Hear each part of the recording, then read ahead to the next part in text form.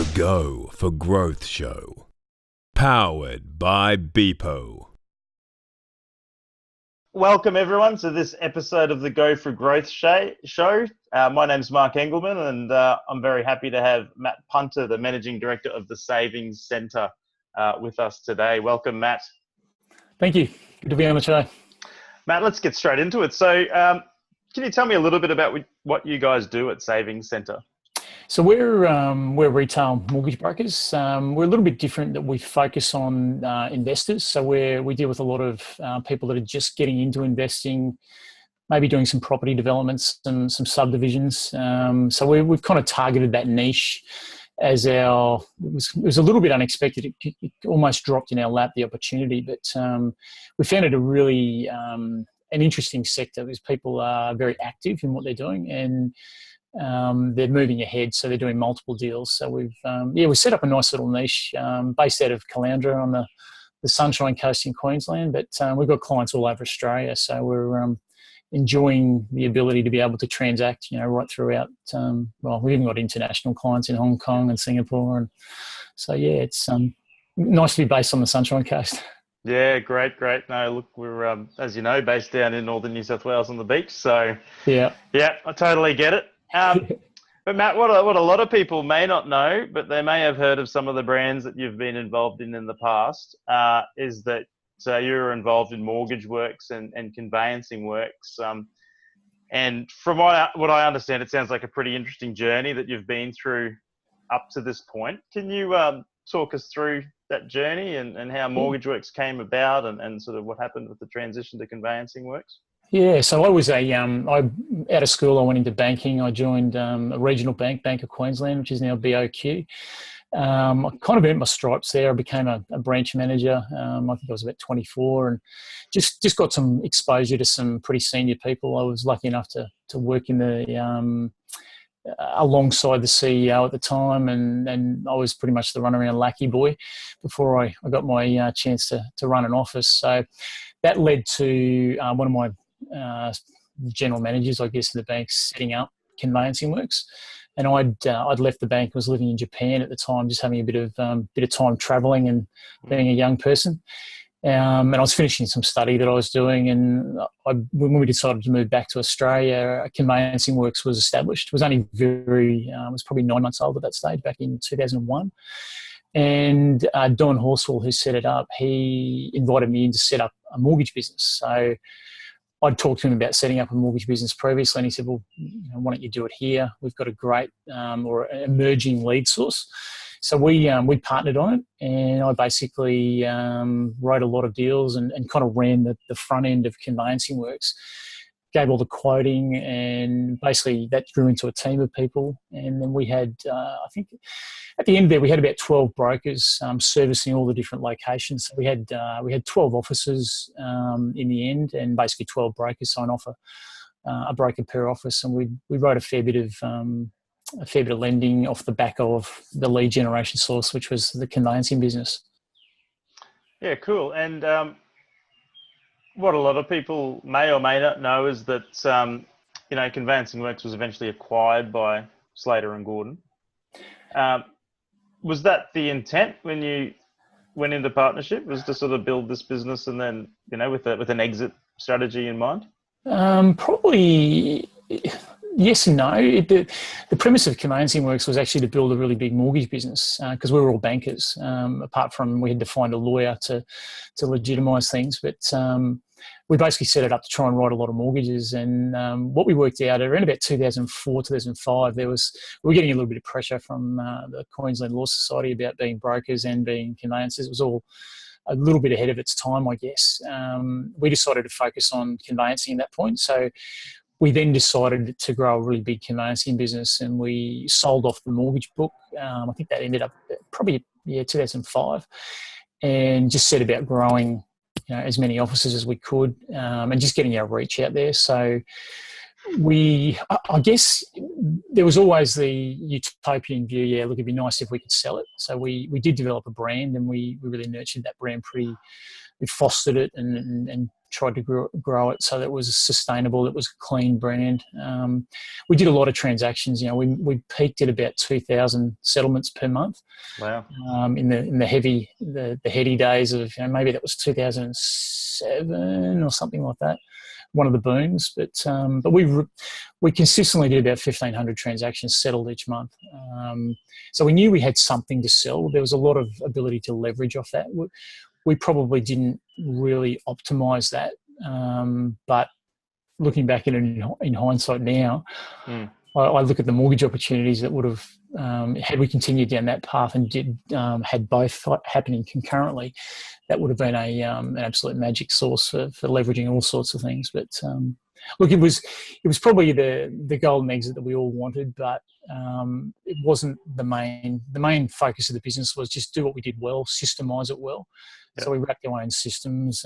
We basically built our own conveyancing platform, and that was probably the best thing that we did, was build the platform with our own software, because when Slater and Gordon were looking to acquire someone to get access to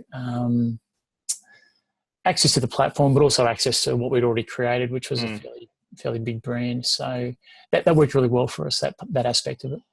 Yeah, great. And can you tell me about what the process was like, that acquisition process with Slater and Gordon?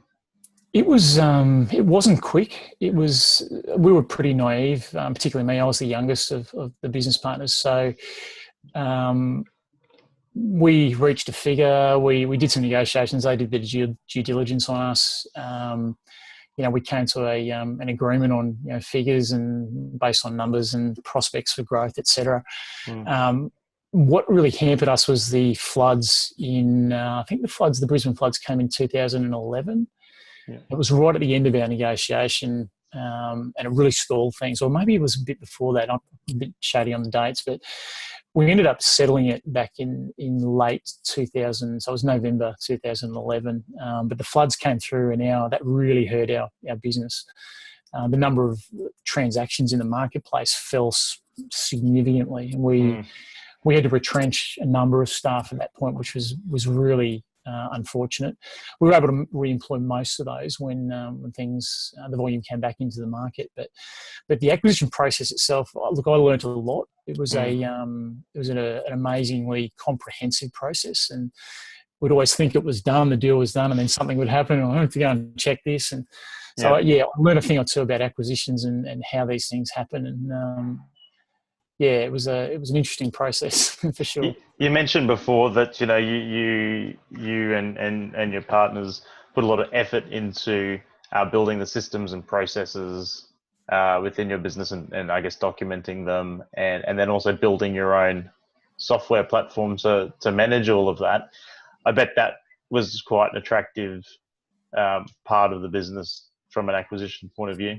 Yeah, I think it was. The play from Slater and Gordon was to be able to plug into it, and then I worked for Slater and Gordon for the next 2 years. That was part of the deal that we struck.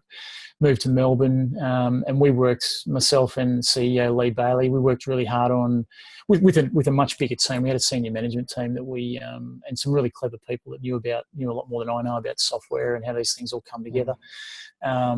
So we built it from all of the different aspects. We had a business development, pretty unique business development platform that we developed, where we licensed not conveyancers. We didn't go after conveyancers. We went for more entrepreneurial, relationship-based people that would be out there dealing with real estate agents predominantly. And we had that pretty much doubled our market share. So we had not just the platform itself, but we had some proprietary systems and processes in place that were pretty innovative.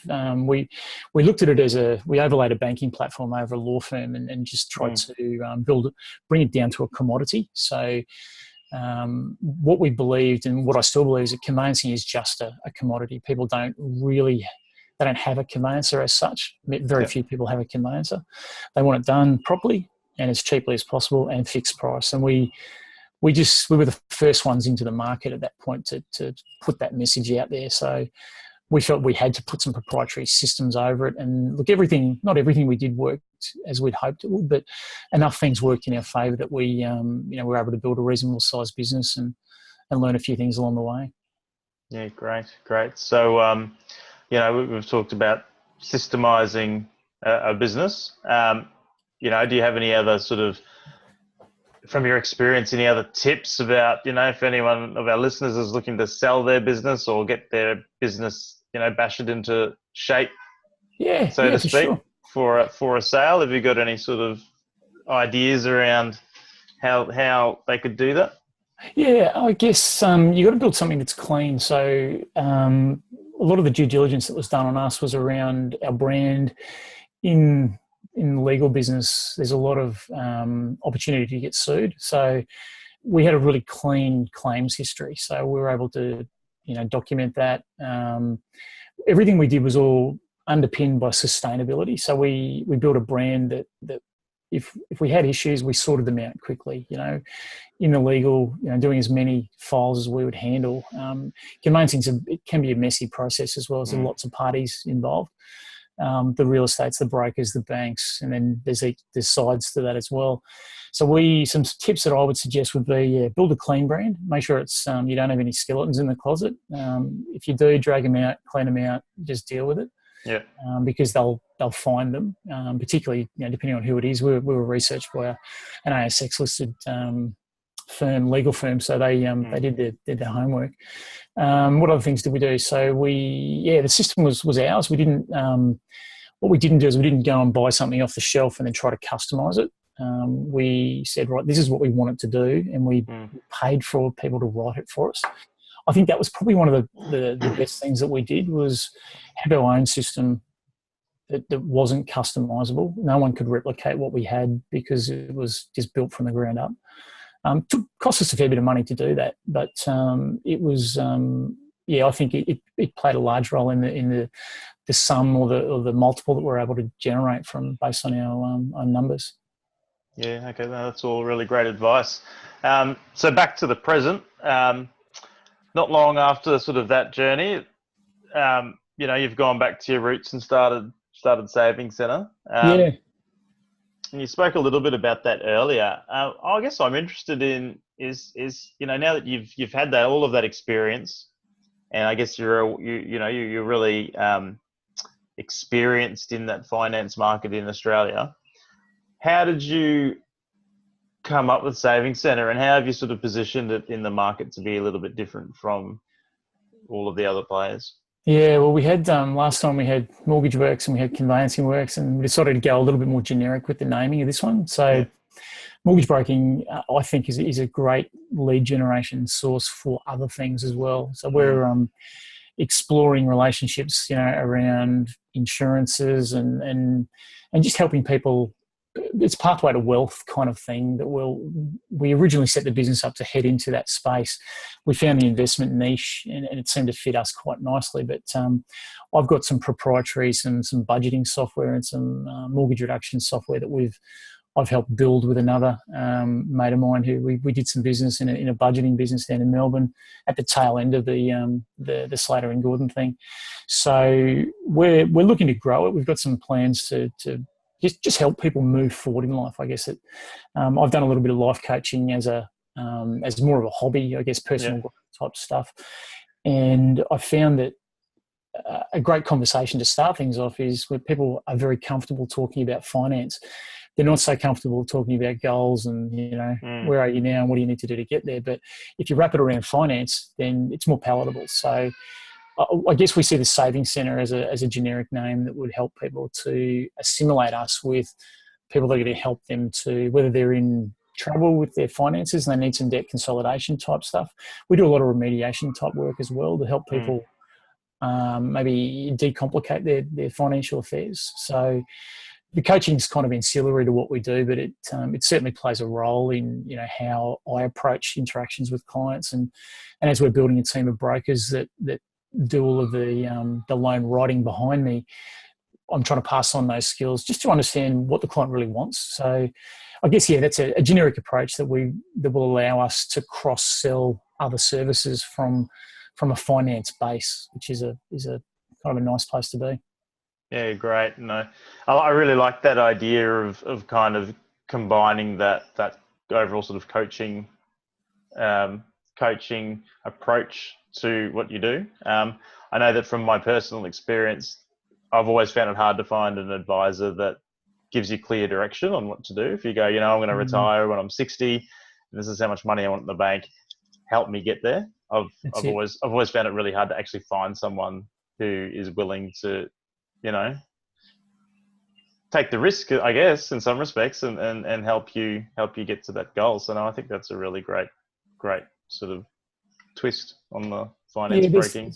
There's other people out there. There's other firms out there that are styling themselves as pathway to wealth. I've done some research on a few that I thought might have been a nice model to follow, and unfortunately, a few of them just seem to be dressed up project marketers. There's a lot of commission in project marketing properties, and that's part of our industry. I understand and accept that, but I don't see that as a sustainable way to pathway to wealth, because we've seen a lot of clients end up with properties in mining towns, and I grew up in a mining town, so I kind of have an intimate knowledge of these things, and I've seen a lot of people get burnt with it's very their fortunes are mixed. Sometimes you can. I'm sure there's a lot of people out there that have done really well out of buying property in mining towns if they sold at the right time. But as a buy and hold strategy, for yield, even I haven't seen enough success with it to be comfortable with pushing people down that path. So I think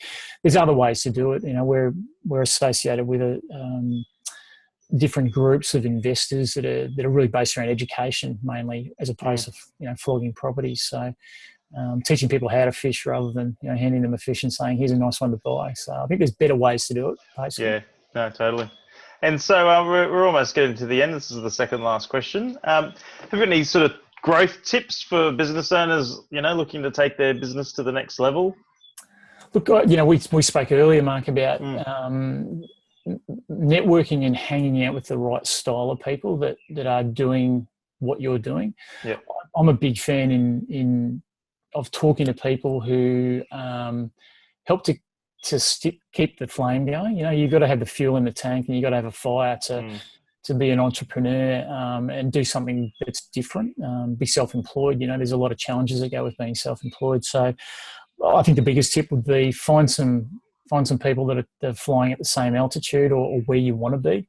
As we spoke about, there's different clubs out there and associations that you can join, but there's just people that you find in business. I think if you can find the right style of people that are trying to do or are doing what you're doing or where you want to be, then assimilating and just strategizing, and even just having a cup of tea or a beer or whatever it might be to pick each other's brains and help each other in a associative, cooperative kind of way. I like that style of thing myself. Yeah, no, that's great advice. And last question, is there anything you're using at the moment, any tools or services or applications or anything that you're using in your business that's making things easier for you? We've come across some software recently that's helped us, workflow stuff. So I think what I learned from the conveyancing work days was that if you systemize it and you don't need to be involved in every part of the transaction, then you're building a business that is sustainable. You just got to teach the right people and you've got to give them a method. So I think anything that can help you to systemize it and give people that consistency of service delivery. There's a lot of software out there these days. There's a lot of services out there that can help you to do that, to take the time out of it so you don't need to do it yourself. Anything that gives you those sort of efficiencies, I think, is definitely worth exploring. If it can reduce your costs, if it can just improve your return on time, I think it's definitely worth having a look at. And there's lots of solutions out there now. Yeah, there are lots of solutions, and every day there seems like there's more coming on the market. So there's no excuses for anyone not to sort of implement something that'll help them systemize and get their business to the next level. Yeah, test and measure. Yeah, test and measure. So that's great, Matt. Thanks for coming on the show today. That's all my questions. Look forward to catching up soon. Thanks, Mark. Pleasure being on the show. Thank you. See you later. The Go for Growth Show. Powered by Beepo.